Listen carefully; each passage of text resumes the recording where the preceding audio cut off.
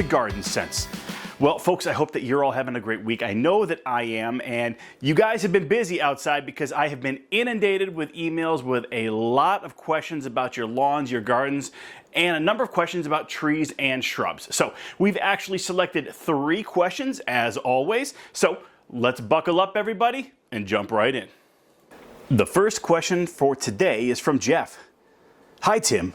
I've noticed a number of young lanternflies on my property in Vienna, Virginia. They've infested one of my grape plants, and I've now noticed them on my fig tree. I just applied a treatment of neem oil on both and hoped that it would keep them away. Do you agree with this approach? So we definitely recommend neem oil. I talk about it a lot here on this video podcast. However, it's more of a preventer. So the fact that you already have lanternflies, I'm not sure if it's still the right approach to take. In fact, what I would actually recommend is that you give mite and insect control product by Monterey a try. This is a really effective product and it should work pretty well against lantern flies. You can head over to Rosen's online and pick up a bottle. Again, neem oil is great. You can continue to use it. It's a natural product, so putting down an application every 2 weeks is going to be totally fine. However, it's more of a preventer. So if you've already got a bad infestation, it may not be as effective as something with a stronger chemical in it, like the mite and insect control. That would be, what I would start with next. So if the neem oil applications are not working, head over to Rosen's online, pick up a bottle of mite and insect control. That should definitely help clear things up. The next question is from Grace. Tim, when spraying the lawn with Kickstart weekly, is it important to soak the ground or just get the grass wet on the surface? It's been so hot here in the Northeast and the ground is dry. I sprayed the weekly application this morning and I noticed that the bare empty spots did not really soak up any product, which makes me wonder if the spraying is doing any good or am I throwing away $30+ every time I spray? Do you recommend spraying in the evening rather than the morning?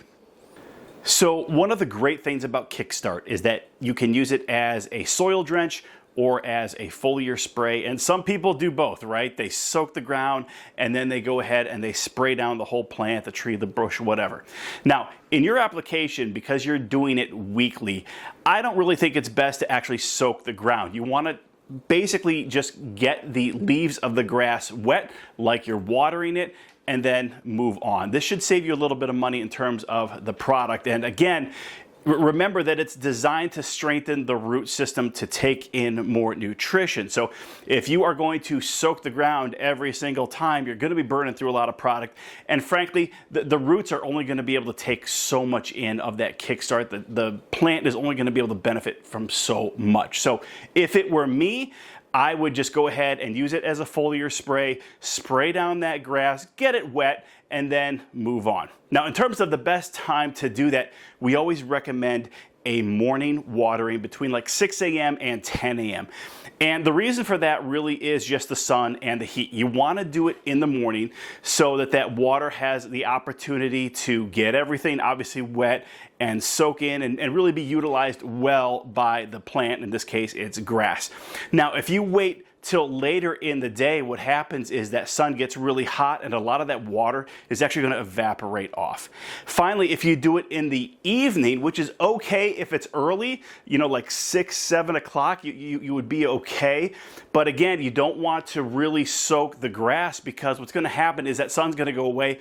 Nothing's going to evaporate off and that moisture is actually going to sit on the grass leaves overnight. Now, you do that enough times, you're creating a condition where your lawn is going to be ripe for a lawn disease. And so we definitely don't want to do that. So for us, we always recommend between 6 a.m. and 10 a.m. And obviously, putting down Kickstart is just like a water application. So that really is the best time to go ahead and spray your lawn with Kickstart. The final question for today is from Ernest. Tim, I need your advice again. My holly bush did not do well through the winter. Turned completely brown. I may have caused the harm myself last fall by using Plant Trust on it. I since started giving it doses of Kickstart weekly, which has jump-started the new growth on the bottom. Is there anything else I can do to help it rebound? So I don't think Plant Trust had anything to do with it, to be quite honest, because in terms of fertilizing holly bushes, you can fertilize in the spring or you can fertilize in the fall. Spring is probably a little bit better of a time, but I say that because we had a pretty harsh winter depending on where you are, and there were a number of like unusually cold days, and so my guess is that's actually what has done a lot of the damage. Certainly it could be a disease as well, but this is what I would do. The fact that you've been using Kickstart and it looks like that bush is actually starting to come back to life a little bit, the first thing I would do is see if the top of the tree is even dead to begin with, right? So you could prune off a branch or two, something small, and when you look at the end of it, see if there's any green inside that part that you've cut off. If there is, that means the tree, or the bush in this case, is still alive. It's still living, obviously, and we need to kind of jump start it out of that dormancy that it was forced into, because it frankly was probably the cold that did the damage. Now, I would recommend that you put down Garden Trust instead of Plant Trust. Plant Trust has not hurt it at all. Again, I've talked about this a lot. You could put down Plant Trust, you could put down Garden Trust, you could even put down Turf Trust. It contains nitrogen. It's going to help the holly bush in this particular case.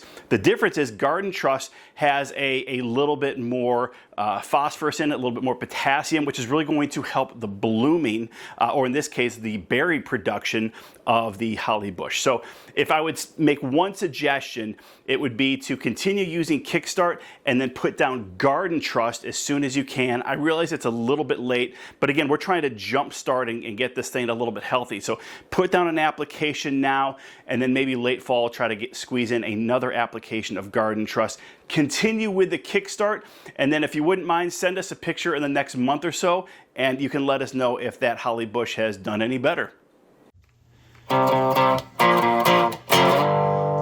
All right, everybody, just a couple final thoughts before we wrap up this week's video podcast.